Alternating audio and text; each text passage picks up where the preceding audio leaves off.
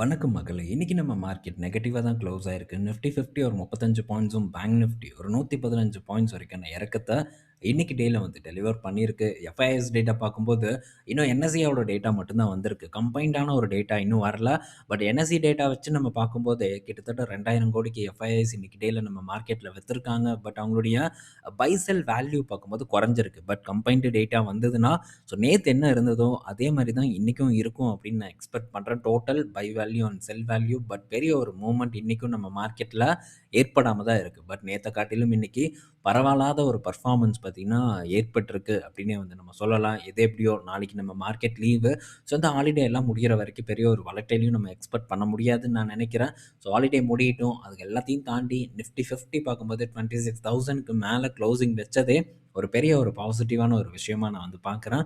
So பார்ப்போம் என்ன நடக்குதுன்ட்டு வரக்கூடிய நாட்கள்ல நம்ம இண்டிவிஜுவல் ஸ்டாக்ல அப்படியே வழக்கம் போல வந்து கான்சன்ட்ரேட் பண்ணலாம். அதே மாரி நண்பர்கள் அதுவும் ஒரே ஒரு நண்பர் பார்த்தீங்கன்னா, தொடர்ந்து சிமெண்ட்ஸ் எனர்ஜிய பத்தி வந்து கேட்டுட்டே வந்து இருக்காரு. ஸோ சிமெண்ட்ஸ் எனர்ஜிய வந்து கன்சிடர் பண்ணலாமா? ஸோ அத பற்றி ஏதாச்சும் ஒரு அப்டேட்ட வந்து ஷேர் பண்ணுங்க அப்டின்ட்டு தொடர்ந்து வந்து கேட்டுட்டு இருக்காரு. ஸோ நான் வந்து அவாய்ட் பண்றேன் அப்டின்னு நெனைக்கிறாங்க. ஸோ அவாய்ட் பண்றதுக்கு ஒண்ணும் இல்ல. இப்போ அந்த பங்க பொறுத்தவரைக்கும் ஆப்பர்ச்சுனிட்டி வந்து இல்லாம தான் இருக்கு. ஸோ இந்த பங்கு அ கிட்டத்தட்ட ஒரு 20, 25 டூ 28% வரைக்கான ஒரு கரெக்ஷன பீக்ல இருந்து வந்து டெலிவர் பண்ணியிருக்கு. அதாவது இது டீமர்ஜ் ஆயி வந்தப்ப என்ன லெவல்ல இருந்ததோ, கிட்டத்தட்ட அதே லெவல் கிட்ட இந்த சிமெண்ட்ஸ் எனர்ஜி பங்கு பார்த்தீங்கன்னா, இப்போ வந்து ட்ரேட் ஆயிட்டு இருக்கு. ஸோ இது வந்து ஒரு கரெக்ஷனா கூட பலருக்கும் வந்து தெரியலாம். ஏன்னா, நல்ல ஒரு ஒரு ரூ. 1000 கிட்ட பார்த்தீங்கன்னா, இந்த பங்கு டாப்ல இருந்து வந்து கரெக்ட் ஆயிருக்கு. ஸோ அதனால இது ஒரு ஆப்பர்ச்சுனிட்டியா இருக்குமோ! சப்போர்ட் கிட்ட இருக்கு, நல்ல வாய்ப்ப ஏற்படுத்துமோ! அப்டிங்கிற ஒரு கேள்வி வந்து இருக்கலாம். பட் நம்ம வந்து இந்த இடத்துல பிசினஸ் வந்து அடுத்தது எப்படி நகரும்? ஸோ இப்ப இருக்கக்கூடிய வேல்யூவேஷன அவங்க கரெக்ட் பண்ணுவாங்களா? அதாவது அத வந்து மேட்ச் பண்ணுவாங்களா? வரக்கூடிய காலாண்டுகள்ல அப்படிங்கிறதெல்லாம் நம்ம கணக்கு போட்டு வந்து ஒரு முடிவு எடுக்கணும். ஸோ எடுத்தோம், கவுத்தோம் இந்த மாரி இறங்கிருச்சு, சப்போர்ட்டுக்கு வந்துருச்சு அப்படிங்கிற ஒரு கணக்கு இல்ல.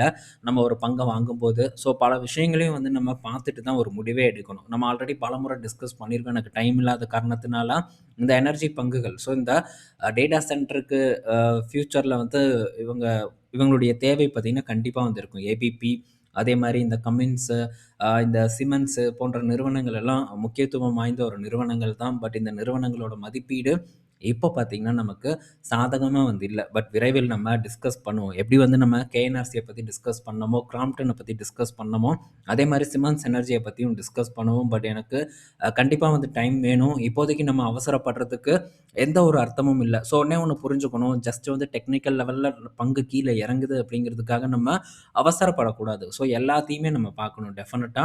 ஸோ அடுத்து குரோத் எப்படி இருக்குங்கிறத ஓரளவு நம்மளால பிரெடிக்ட் பண்றதுக்கு வந்து ட்ரை பண்ணணும். ஸோ எக்ஸாக்ட்டா வந்து நம்மளால எல்லாத்தையும் வந்து பிடிச்சிட முடியாது. ஸோ எக்ஸாக்ட்டா பிரெடிக்ட் பண்ணி இதுதான் நடக்கும்னு சொல்ல முடியாது. பட் ஓரளவு ஒரு 75% நம்மளுடைய ஒரு உழைப்பு இருக்கணும். ஸோ இது நடக்கும் அப்படிங்கிற ஒரு நம்பிக்கையோட நம்ம ஒரு ஸ்ட்ராங்கான ஒரு இடத்துல ஃபோக்கஸ் பண்றத பத்தி நம்ம திங்க் பண்ணுவோம். ஸோ இப்போ நான் வந்து சிமெண்ட்ஸ வச்சிருக்கேன். ஸோ சிமெண்ட்ஸ் எனர்ஜிய வந்து நான் சேஞ்ச் பண்ணிடுறேன்.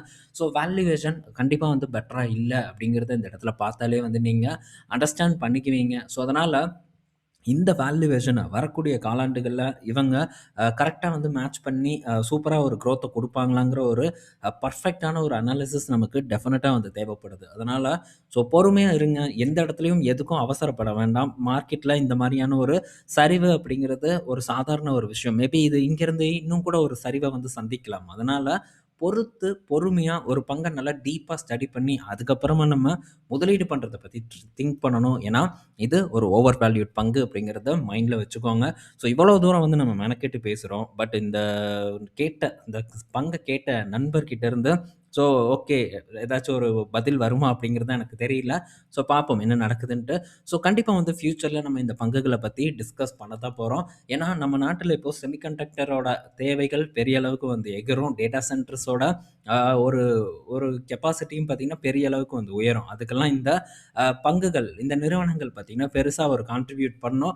ஸோ அத வச்சு நம்ம ரிசர்ச் பண்ணிட்டு அதுக்கப்புறம் ஒரு டிசிஷன வந்து மேக் பண்ணுவோம். அடுத்தது அப்டேட் அப்படின்னு பார்க்கும்போது, இன்ஃபோசிஸ் கிட்ட இருந்து ஒரு அப்டேட்டு. ஸோ இன்ஃபோசிஸ் பார்த்தீங்கன்னா, ஒரு 53 ஏக்கர் அவங்களோட லேண்ட வந்து பூர்வங்கராக்கு ஒரு 250 கோடிக்கு வந்து விக்கிறதா ஒரு டேட்டா வந்து குடுத்துருக்காங்க. ஸோ இதனால ஒரு 250 கோடி இன்ஃபோசிஸ்க்கு வரப்போது. ஸோ இன்ஃபோசிஸ்க்கு 250 கோடிங்கிறது டீ செலவுக்கான காசு, பெரிய ஒரு பணம் அப்படின்ட்டுலாம் நம்ம சொல்ல முடியாது. ஸோ தேவையில்லாத பணத்த வந்து குடுக்குறாங்க. அடுத்தது இந்த விப்ரோ கிட்ட இருந்து ஒரு அப்டேட் வந்திருக்கு. என்னன்னா, சந்தூர் பிராண்ட் பார்த்தீங்கன்னா, HUL வந்து பீட் பண்ணியிருக்கு. HULஓட லைஃப் பாய் பிராண்ட வந்து பீட் பண்ணியிருக்கு. நல்ல ஒரு வரவேற்கத்தக்க கூடிய விஷயம்.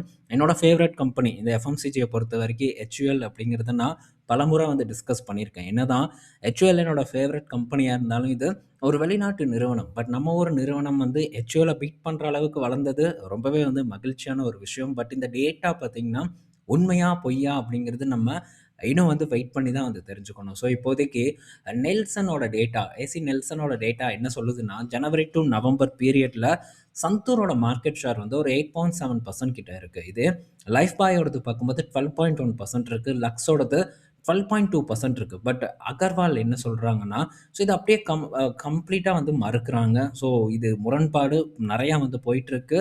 ஸோ HULஅ கேட்டதுக்கு, நாங்க பிராண்டோட சேல்ஸ வந்து நாங்க இப்போதைக்கெல்லாம் எங்களால வெளிய சொல்ல முடியாது அப்படின்ட்டு அவங்க ஒரு பக்கம் சொல்லியிருக்காங்க. பட் என்ன நடக்குது அப்படிங்கிறத நம்ம பார்ப்போம். ஸோ சந்தூர் ஒரு சோப்பு. அதே மாரி HUL கிட்ட பார்த்தீங்கன்னா, பல பிராண்ட்ஸ் இருக்கு. ஸோ இதுதான் என்கிட்ட HUL கிட்ட புடிச்ச ரொம்ப ஒரு விஷயம். பல சோப் பிராண்ட்ஸ் பார்த்தீங்கன்னா, HUL நிறுவனம் வச்சிருக்கு. வெறும் சோப்புன்னு மட்டும் இல்ல. ஸோ அவங்க இருக்கக்கூடிய ஒரு துறையில பல விஷயங்கள், பல பிராண்ட்ஸ வந்து உருவாக்கி வச்சிருக்காங்க. ஸோ கொஞ்சம் நஞ்ச விஷயங்கள் இல்ல. எல்லாமே வந்து டாப் கிளாஸா வந்து உருவாக்கி வச்சது HUL கிட்ட எனக்கு ரொம்ப புடிச்ச ஒரு விஷயமா இருக்கு.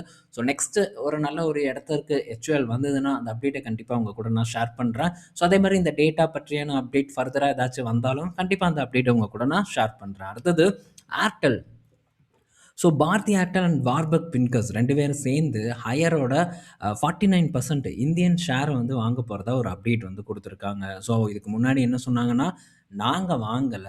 ஏன்னா, இதோட காசு வந்து ரொம்ப அதிகமா இருக்கு. அதனால இந்த டீல வந்து நாங்க ஸ்கிராப் பண்றோம் அப்டின்ட்டு ஏர்டெல் தரப்புலருந்து ஒரு அப்டேட் வந்தது. ஆனா, சத்தம் இல்லாம பார்த்தீங்கன்னா, இப்போ வாங்குறதுக்கான ஒரு முயற்சியில பார்த்தீங்கன்னா, ஏர்டெல் இறங்கியிருக்காங்கங்கிறது நமக்கு கிளீனா தெரியுது. ஸோ இதுல 2 பேர் சேர்ந்து தான் வந்து வாங்குறாங்க. ஏர்டெல்லும் டைவர்சிஃபை பண்றாங்க பிசினஸ. ஸோ ஐஆர் பார்க்கும்போது நல்ல ஒரு க்ரோ ஆயிட்டு இருக்கக்கூடிய ஒரு பிராண்டா தான் வந்து இருக்கு. அது மட்டும் இல்லைங்க. பிரீமியம் பாயிண்ட்ல வந்து அவங்களுடைய ப்ராடக்ட்ட செல் பண்றாங்க. இது ரொம்பவே பெரிய ஒரு வரவேற்கத்தக்கக்கூடிய ஒரு விஷயமா ஹையர் வந்து பண்ணிட்டு இருக்காங்க. வேர்ல்பூல் ஒரு காலத்துல நல்ல ஒரு பெர்ஃபார்மன்ஸ் குடுத்துட்டு இருந்த நிறுவனம் இப்போ மிகப்பெரிய அளவுக்கான ஒரு கஷ்டத்துல இருந்துட்டு வந்துட்டு இருக்காங்க.